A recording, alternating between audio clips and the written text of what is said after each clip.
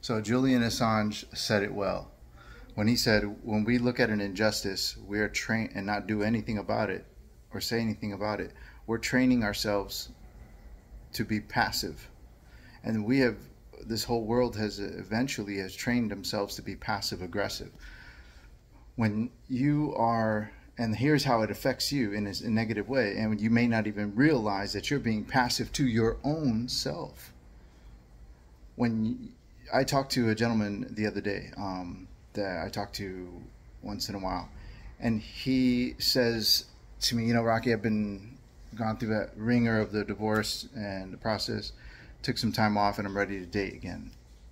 And I'm going through these dates, and I'm talking to these women, and I'm sitting down with them, and one right after the other, they're just showing all these red flags, and they're showing these habits that I just wouldn't typically bond with. But I just want I want a piece of ass, and I really want a piece of ass, though. I'm willing to go ahead and put some of these things aside, that alone right there is training yourself to be passive, aggressive towards yourself. And here's how it's affecting you. When you are not standing firm in the morals that you've created for yourself, the solid morals, and standing in that moral character that you've created, these non-negotiables that you just have for yourself. I'm not going to cheat. I'm not going to drink. I'm not going to do this. I'm not going to do that. These things will lead you down to at some point, there is a path that can lead you down to a dark moment or a dark space. No, I have an occasional drink here and there, and that's fine with me, and this and that. Eventually, somewhere along that path that you took to take your small little drinks once in a great while, you are going to have some type of cancer, maybe a car accident, maybe a DUI, hit something by accident. No one will ever know. Oh my gosh, I shouldn't have had that one little drink. I was only a little tipsy, maybe. And you're being passive aggressive against your own moral standards that you've created for yourself, that that will lead you to a better place.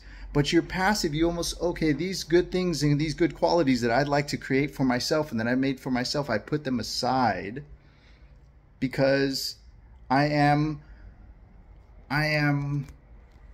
going to have a good time while I go here. I want to have a extra little drink. I want to look at this woman this way. I want to look at this man this way. Women do it too. Women do it too. They see a guy with muscles. They can see a guy who's good looking or younger than their partner, and they want to, oh my gosh, he's attractive. And they go against their moral standards of being a queen. I'm a queen. I'm solid and comfortable in my sexuality. I'm comfortable with who I am. I'm comfortable in admiring people from afar and a distance with respect, and not crossing the boundaries mentally and emotionally and even physically, crossing the boundaries over to being some low-level scum dirt. But then they eventually start doing it because you've trained yourself micro, passive-aggressive little moments each time you see something happen, see something new, or you're in another moment. And these are the moments of opportunity that many times you'll hear a relationship coach say, women don't cheat because they want to, they cheat because of the many opportunities that they have. So when it comes to men that are looking across the table and they're seeing, I'm going out on a date and after date and after date, and like this gentleman I just spoke to, he's willing to put some of his morals down, passively pass up his own moral standards he created for himself to look at the tits and ass and the beautiful makeup and to try to get some ass. It's like you're hurting yourself. You're doing this to yourself.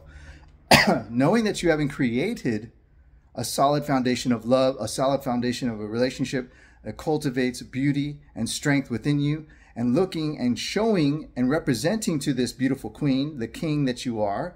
And no matter who you are, where you came from, no matter your nationality, your color, no matter your financial, your money status, it doesn't matter.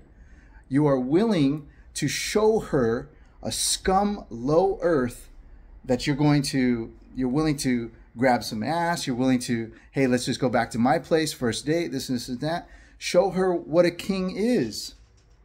She probably doesn't even know it because she's probably been on day after day after day and every guy wants to fuck her, right? And then suddenly you come along and you don't want to fuck.